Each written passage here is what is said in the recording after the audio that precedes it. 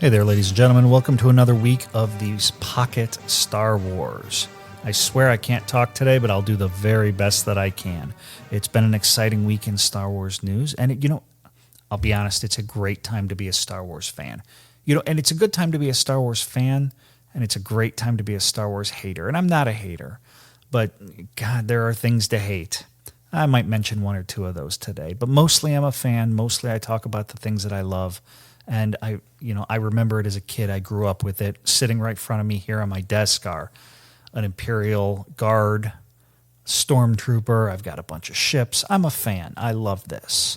So it's important to me to do this, and I hope you can hear it in my voice that I love Star Wars, and I wish it all the success. And boy, if they could just make things a little better sometimes, wouldn't that be lovely? So we'll start with some of the news, because this is a news podcast.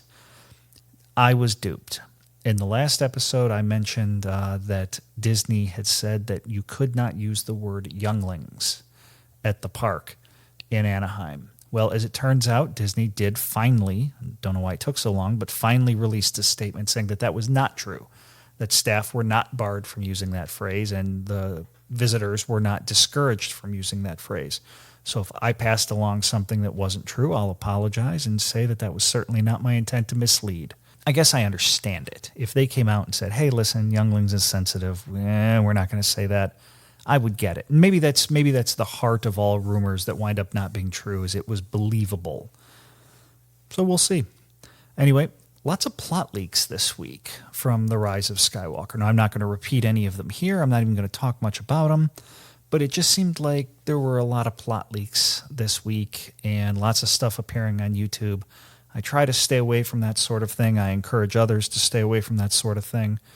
But, I'm not really sure how to take that. So I'm staying away. Hopefully you do too. Comicbook.com put out an article promoting the Solo sequel. Now, I'll admit I'm not a huge fan of comicbook.com. I think, frankly, I think they're a shill site. But they were making some excuses about why it sucked and why it underperformed, why it was disappointing. And basically making the case that a sequel would automatically be better. I'll be honest, I mostly agree with that statement because I don't see how a sequel could be worse. Lots of Jedi Fallen Order news this week. Lots of play, lots of recorded play, a lot of gameplay reviews, a lot of gameplay movies or clips on YouTube.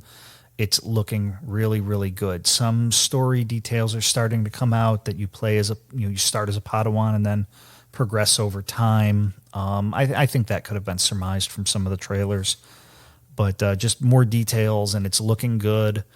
There were some hits taken towards The Force Unleashed, which I thought were a little disingenuous. I thought Force Unleashed was a great game, but there were some people connected to Respawn that were saying, well, it's not as over-the-top, as ridiculous sort of as The Force Unleashed. Okay, The Force Unleashed didn't try to pretend to be anything else. I mean, it's in the title. It's called Unleashed. This was going to be an unhinged adventure that was, completely crazy, where all of the Jedi powers were totally ramped up. And they were, and it was a great game.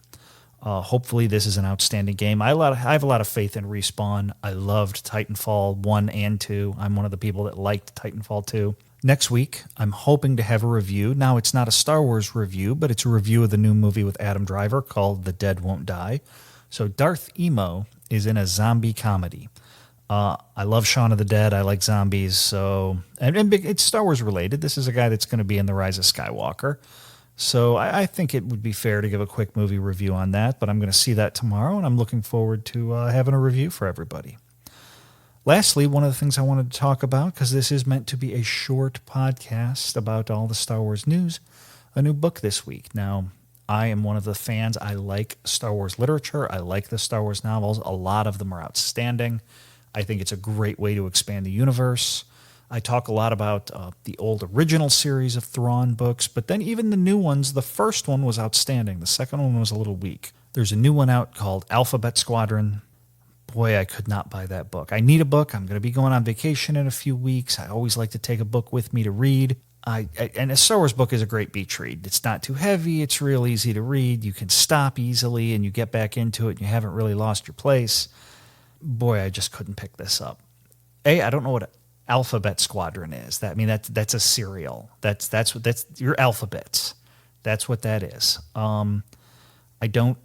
Okay, I mean I liked actually the X-wing books. I didn't read all of them, but the X-wing books were, you had Wedge and you had adventures and you had. I mean, these were meant for boys basically to read these books and think about what they would do flying an X-wing. And maybe they wouldn't be a Jedi. Maybe they couldn't relate like that, but maybe they could relate to flying an X-wing and defending the rebellion against the Empire. And maybe that's what these books are supposed to do. But the whole alphabet squad, what the hell's an alphabet squadron? I need more. You got to give me more. And so I just could not bring myself to do it. Now, I did hear that Hera, if you're a Star Wars Rebels fan, Hera is a fantastic character, maybe one of the best. And that series actually did a lot of good and introduced a lot of great characters that I hope they do more with. But Hera was the ship's captain for the little rebel group. And she was a great character and very strong and was a great leader, very charismatic, very interesting, and complex, and was a complex character. And through Rogue One, they've kind of indicated that she lived longer, well through, in fact, to the end and through the very last Rebels episode, suggested that she lived through the entire war, even after Return of the Jedi. So that's great. So she's in this book, but apparently just a little bit, and frankly, it's not going to be enough to get me to buy it. Anyway, this has been the Pocket Star Wars. I hope you've enjoyed it. This is your weekly 5 to 10 minute review of all things new in the Star Wars universe. It's a great time to be a Star Wars fan. We have a lot coming up. Enjoy your week.